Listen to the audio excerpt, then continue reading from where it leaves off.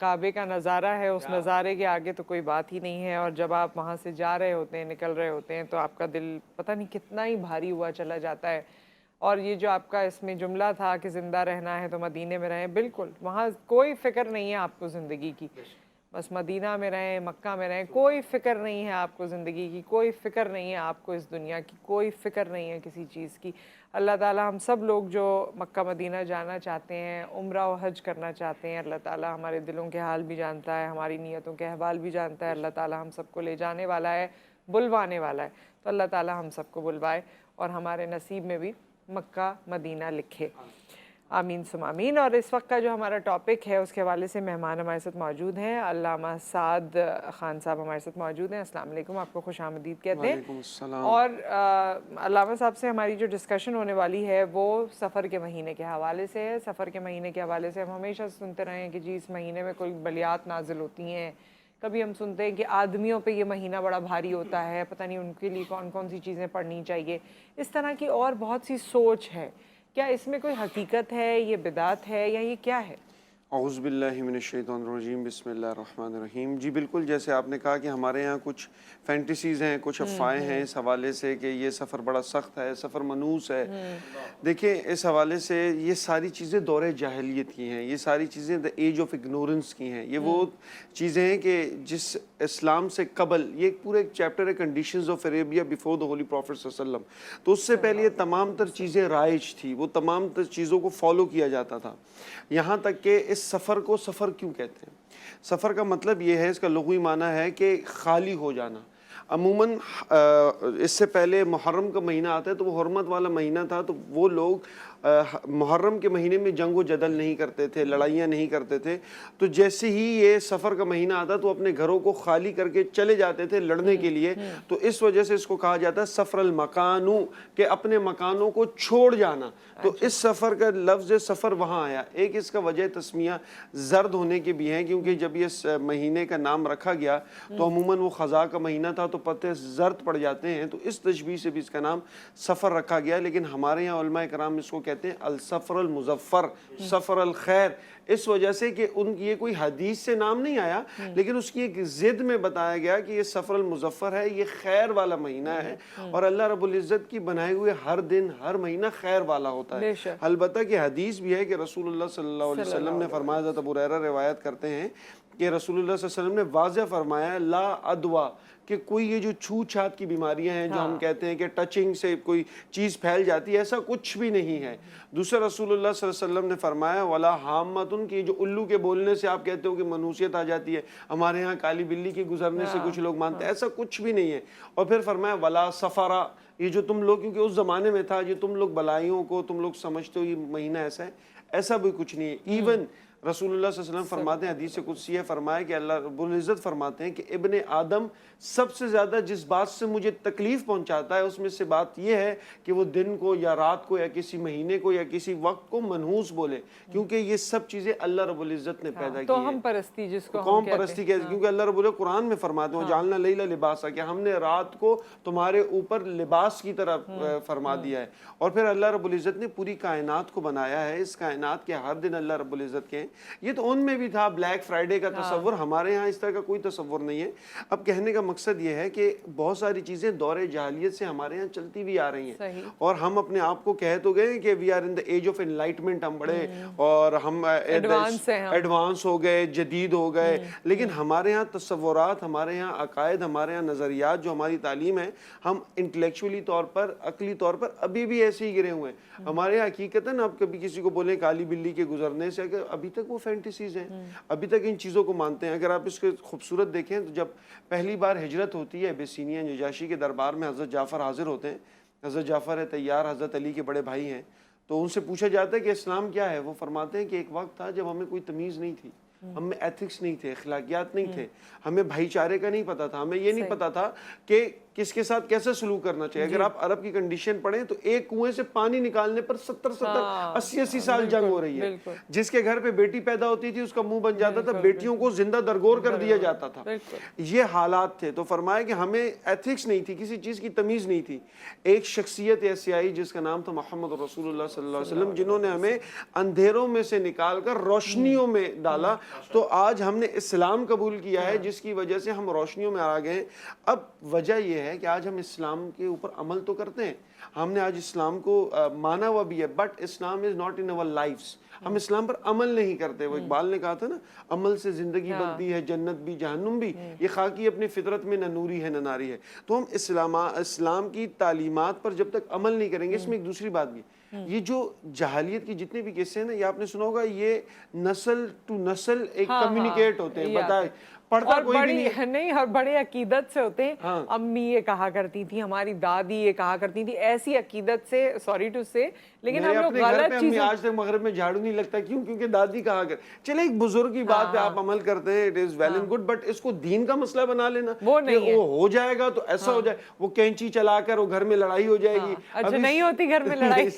تو اس چیزوں کو مان لینا, تصور کر لینا, تو یہ ایک عجیب سی آنکھ پھڑکنا اور ہاتھ میں خارش ہونا اور یہ ساری چیزیں بڑی حیرت کی بات ہے. میں ان کے ساتھ ہوتا بھی ہے جو یہ کرتے ہیں. سائیکالوجیکل پرابلم ہے نا, جب آپ ایک چیز کو اور ایون پڑھے لکھے لوگ, مطلب پڑھے لکھے سو کالڈ انٹلیکچوئلز جس کو میں کہتا ہوں, جو بڑی بڑی وہ ایولیوشن پر بات کرنے والے سائنسی ان کی, اور ان سے جب آپ ایک بات کہ میری بائیں ہاتھ پڑک رہی ہے اور یہ ہونے والا ہے, میرے دائیں ہاتھ پکا رہی, تو یہ ایک عجیب سی باتیں ہیں. اس چیز کو کبھی بھی کالر ہمارے ساتھ ہیں, اور اگر میں کبھی کسی کو کہوں بھی نا کہ یہ سب کچھ نہیں ہوتا, تو لوگ کہتے ہیں نہیں میرے ساتھ ہی ہوتا ہے, مجھے پتہ چل جاتا ہے, پھر میں بحث نہیں کرتی. لیکن یہ یہی ہے کہ جس چیز پہ آپ بلیو کریں گے وہ ہونے لگے گی.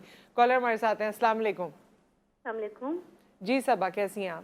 اللہ کا شکر ہے, جمعہ مبارک آپ کو بھی اور سننے والوں کو بھی. جی آپ کو بہت اچھا لگتا ہے جی ٹی وی پر جب پروگرام جمعے کی مناسبت سے آپ دے رہی ہوتی ہیں نا. جی, اور ہمیں بھی بہت ساری چیزیں ہوتی ہیں کہ ہم بھی اکٹھی کرتے ہیں کہ فرائیڈے میں ہی پوچھیں گے. یہ ہے کہ لک ہوتا ہے, کال مل بھی جاتی ہے, نہیں بھی ملتی, کوئی بات نہیں. اچھا, مجھے یہ پوچھنا تھا کہ جیسے ہماری لائف میں, اب میں کہوں گی میں پرفیکٹ ہوں, لیکن یہ تو ہمارے اللہ تعالیٰ کی ذات جانتی ہے, لیکن میں قرآن پاک پڑھتی ہوں, نماز پڑھتی ہوں, ماں باپ کے لیے بخشش کے لیے بھی دعا کرتی ہوں, سب کے لیے دعا, اپنے لیے دعا ہوتی ہے, یہ تو سب کا ہونا چاہیے ایسے ہی, اور میں بھی ایسے ہی کرتی ہوں. لیکن میں نے پوچھنا ہے کہ لائف میں ایک تو سب سے پہلے میرے چھوٹے بھائی ہیں نارمل, جیسے کہ منگول اسپیشل پرسنٹ ہوتے ہیں, ان کی ہارٹ بیٹ نہیں ہوتی, بالکل ختم ہو جاتی ہے, بی پی بہت لو پہ چلا جاتا ہے, خطرناک حد تک ان کی طبیعت خراب ہو جاتی ہے. مجھے یہی پوچھنا تھا کہ ہم لائف میں اور میرے بھائی کی صحت کے لیے کچھ ایسا ہو کہ میں پڑھتی رہوں, اور اللہ تعالیٰ کا کلام ہو, کوئی لفظ ہو کہ ہمیں چلتے پھرتے پڑھنا چاہیے, اور دوسرا ہماری لائف سے ٹینشنیں ختم ہو جائیں, اور آخر میں مجھے لگتا ہے کہ آپ ہمارے لیے سب کے لیے دعا بھی کروایا کریں ضرور. ٹھیک, ضرور ضرور, بہت شکریہ, بہت اچھے سے جواب دیجیے گا میرا. جی جی جی جی. سب سے پہلے تو ان کے جو انہوں نے سٹارٹ کیا تو اس میں ایک بڑی انہوں نے خوبصورت بات کی, that I am not a perfect. اور یہ ہیومن بینگ ہے. جب تک آپ اپنے ذہن میں سوچتے رہیں گے کہ میں پرفیکٹ نہیں ہوں, بتقاضۂ بشریت ہم سے خطائیں ہو سکتی ہیں. اور اچھا, اس میں بھی میں اس بات کو تھوڑا سا وہ کر کے پھر میں ان کے جواب کی طرف آؤں گا کہ ہمارے یہاں مسائل بھی یہ چیز ہے نا کہ ہم کسی سے ایکسپیکٹیشن بھی اسی طرح لگا لیتے ہیں کہ یہ غلط کیوں کرے گا. میں کبھی کہتا ہوں کہ اگر آپ اس کرائٹیریا پر کبھی اپنے آپ کو بھی تولیں نا تو آپ بھی کبھی پورا نہیں ہو سکتے. ایک نبی کی ذات معصوم ہے اور جن سے خطائیں نہیں ہو سکتی, باقی ہر انسان میں کوئی نہ کوئی مسئلہ ہے. اور مجھ سے ہمیشہ عموماً لوگ کہتے ہیں, میں کہتا ہوں زندگی کو آسان کرنا ہے تو جیسے بندہ ہے اس کو ویسے ایکسیپٹ کر لے. یار اس سے غلطی ہو سکتی ہے, کیسے بھی ہے, تو یہ ایک بڑی, اور اس میں یہ ہے کہ انسان مستقل کوشش کرتا رہے, غلطی ہو جاتی ہے اللہ سے معافی مانگتا رہے. اور انہوں نے صبا کا جواب ہمیں دینا ہے, لیکن ایک اور کالر بھی ہے, پھر کلیکٹیو جواب دیں گے. السلام علیکم. جی نسیم, جی نسیم صاحبہ. جی میں نے پوچھنا تھا مولانا صاحب سے کہ ہمارے میاں بیوی میں بہت لڑائی جھگڑے ٹینشن فساد رہتے ہیں, تو مجھے سمجھ نہیں آتی کہ کس وجہ سے. بعض اوقات ہم ٹھیک بھی ہو جاتے ہیں تو کوئی مسئلہ بھی نہیں ہوتا, اور اچانک سے ہماری لڑائی جھگڑے شروع ہو جاتے ہیں. تو اس کے علاوہ میں نے یہ بھی پوچھا تھا, میرے ہسبینڈ باہر جانا چاہ رہے ہیں تو کیا ان کے لیے جانا بیسٹ ہے, مجھے بتا دیں پلیز.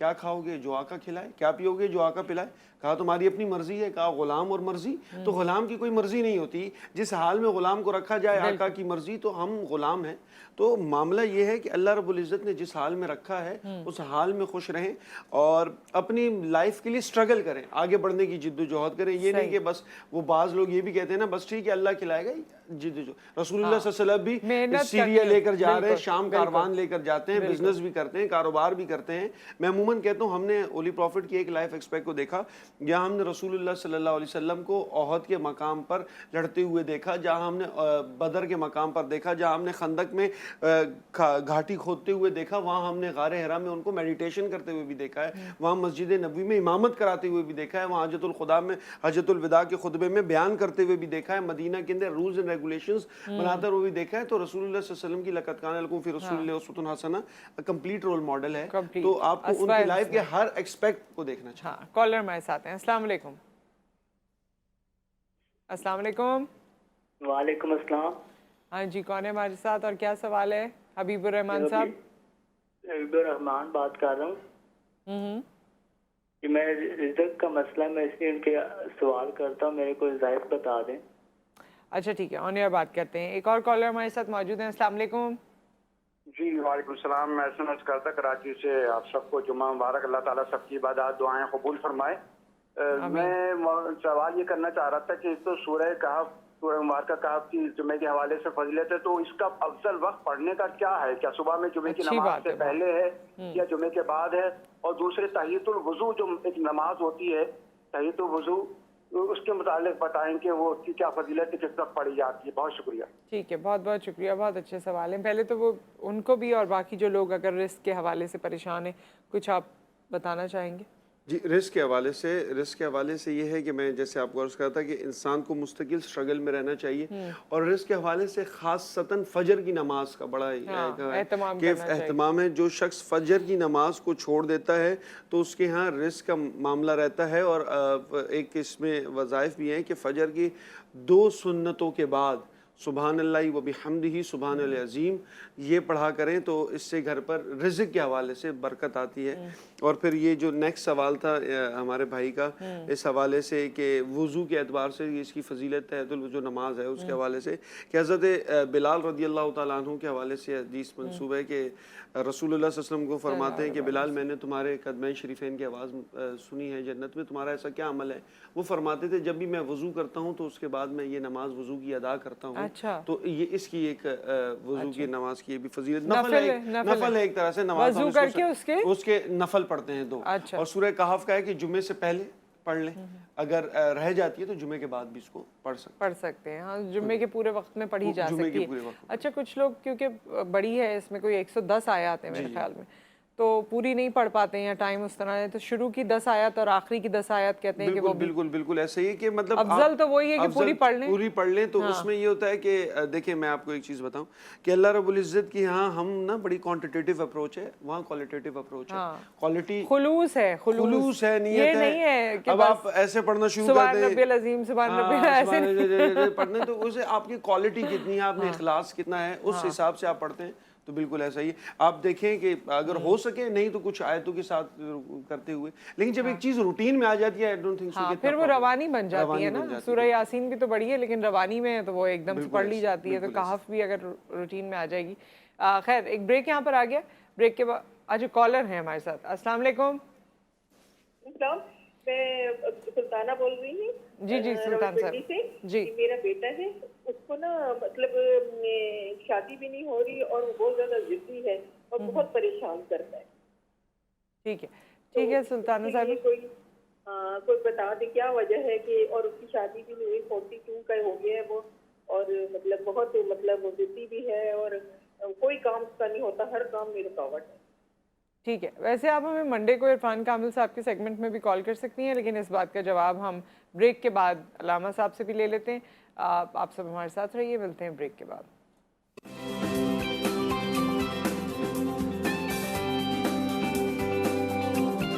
Welcome back. اور ہم سفر کے مہینے کے حوالے سے پہلے تو بات کر رہے تھے اور ظاہر ہے اس کے بعد کالرز نے جو آپ کے سوالات ہیں اس کے جواب دے رہے ہیں ہم اس وقت, اور یہ ہمیں اچھا بھی لگتا ہے کہ ڈسکشن ہونی چاہیے, برین سٹارمنگ ہونی چاہیے اور پتہ چلنا چاہیے چیزوں کے بارے میں. ایک اور کالر اس وقت ہمارے ساتھ موجود ہیں.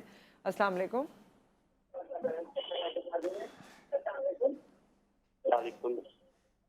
جی فرمائیے, کیا سوال ہے آپ کا اظہر صاحب؟ ہاں جی, ہم نے میڈم یہ پوچھنا ہے کہ کاروباری بندشیں ہیں اور باہر جانا چاہتا ہوں آؤٹ آف کنٹری میں, اس سلسلے میں کیا علامات آپ سے معلومات دینا چاہتے ہیں؟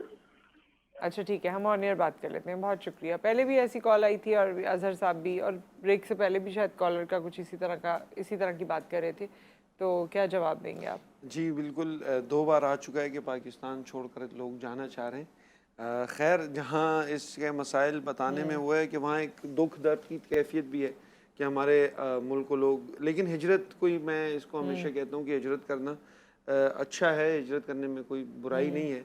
خیر کہنے کا مقصد یہ ہے کہ وہی والی بات میں دہراؤں گا کہ اگر آپ کو لگتا ہے کہ آپ کا فیوچر سیف ہو سکتا ہے, بالکل اپنے فیملی کے لیے اس کے لیے جدوجہد اور اسٹرگل ضروری ہے. اس کے لیے یہ ہے کہ اپنے گھروں پر نماز اور استخارہ کریں. اگر آپ کو ایسا لگتا ہے تو بالکل اس اسٹیپ کو آپ لیں. اور خیر استخارہ کا جو بہتر طریقہ ہے اگر آپ وہ بتائیں, جس طرح ہم نفل نماز پڑھنے کے بعد استخارے کی دعا پڑھتے ہیں, لوگ یہ سمجھتے ہیں کہ ہم یہ دعا پڑھیں گے تو ہمیں خواب آ جائے گا. جی تو خواب تو نہیں اس میں آتا. بیسکلی آپ نے ایک اور بھی بڑی خوبصورت بات کی تھی سٹارٹنگ میں, کہ عموماً ہم جب کسی چیز کو مان لیں تو بہت لوگ کہتے ہیں کہ مجھے محسوس ہو جاتا ہے.